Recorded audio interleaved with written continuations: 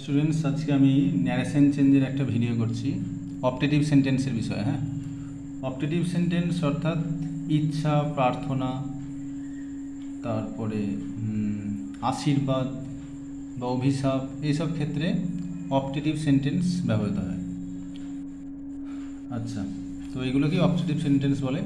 আমি এখানে করে দেখাচ্ছি। তাহলে আমি এখানটায় লিখলাম বাংলায় যে কোন কোন ক্ষেত্রে হয়। এটা হচ্ছে বাংলায় আমি লিখে রাখলাম যে ইচ্ছা,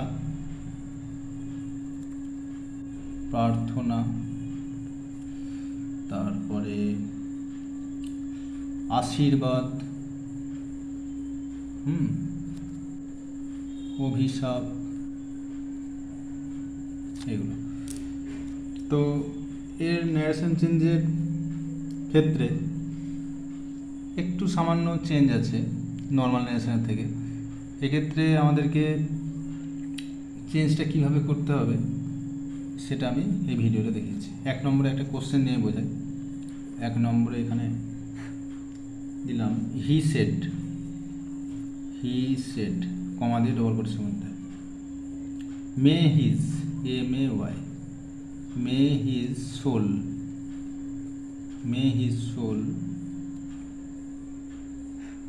rest in peace, PEACE, double quotation শেষ। আচ্ছা, তাহলে এবার এটা উত্তরটা আমরা কী করে করব?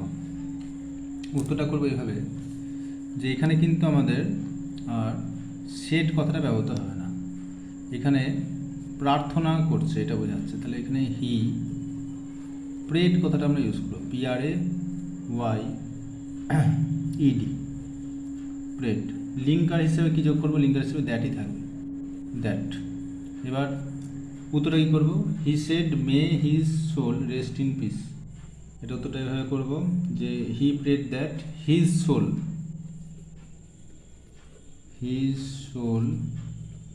might, MIGHT, might rest in peace, PEACE। Number 2 চলে যাচ্ছি। 2 নম্বর কোশ্চেনটা এক্সাম্পলটা দেখে নাও। আচ্ছা, 2 নম্বরটা করছি। কোশ্চেন হচ্ছে এরকম যে the Monk said to the woman, কমা দিয়ে ডবল কোটেশনটা আমি নিচে লিখছি। ডবল কোটেশন মধ্যে হচ্ছে মে ইউ হ্যাভ এ সন।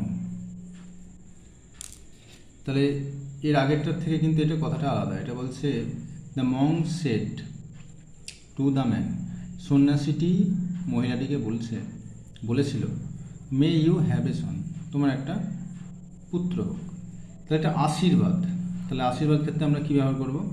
আশীর্বাদ ক্ষেত্রে আমরা ব্লেসড কথাটা ইউজ করবো। তাহলে লিখবো the monk blessed, BLESSED, blessed. To আর বসাবো না, লিখবো দ্য ওম্যান। আচ্ছা, এরপর লিখবো কী করবো? লিঙ্কার হিসেবে কী বসাবো? দ্যাট বসাবো, দ্যাট। তাহলে এটা একটা মেয়েকে বলছে, তাহলে এক্ষেত্রে আমরা কী লিখবো? She might, MIGHT, she might have a son. হলো এটা। তাহলে ন্যারেশন আমি দেখলাম অপটেটিভ সেন্টেন্সে।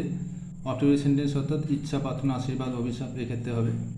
তো আমরা যখন ওই চেঞ্জ করবো তখন সেট আর লাগবো না। সেট থাকলে সেটা ইচ্ছা বোঝালে ডিজায়ার হয়ে যাবে, প্রার্থনা বোঝালে তখন প্রেড করে ফেলবো। হ্যাঁ, আশীর্বাদ বোঝালে তখন ব্লেসড ইউজ করবো কথাটা, অভিশাপ বোঝালে কার্সড এই কথাটা ইউজ করবো। আর লিঙ্কার হিসেবে একই থাকবে, দ্যাট বসাতে হবে। হলো।